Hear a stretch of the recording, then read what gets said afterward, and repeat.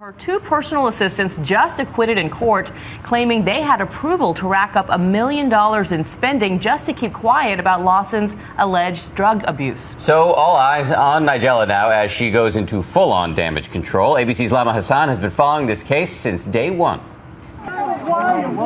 It was a dramatic end to a dramatic trial. A trial that was meant to be about fraud, instead unraveling a slew of secrets. My no-churn one-step coffee ice cream. TV cook Nigella Lawson and ex-husband multimillionaire Charles Saatchi had taken their former assistants, Francesca and Elisabetta Grillo, to court, accusing them of swindling more than $1 million of their money.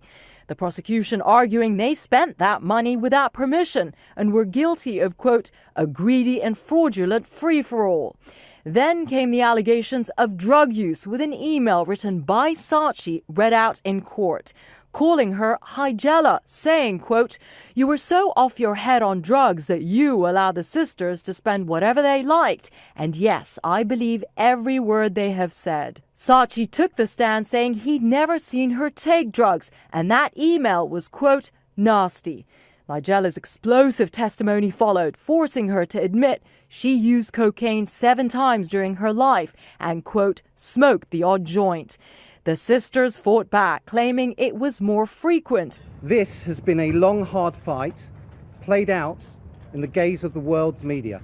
The sisters pleading not guilty, their defense saying it is inconceivable Nigella did not know about their spending. It all came down to the assistants' word against their former bosses, and the jury believed the sisters. Issuing a scathing statement, Nigella hit back, saying, quote, I am disappointed but unsurprised by this verdict, adding, the jury was faced with a ridiculous sideshow of false allegations about drug use, which made focus on the actual criminal trial impossible.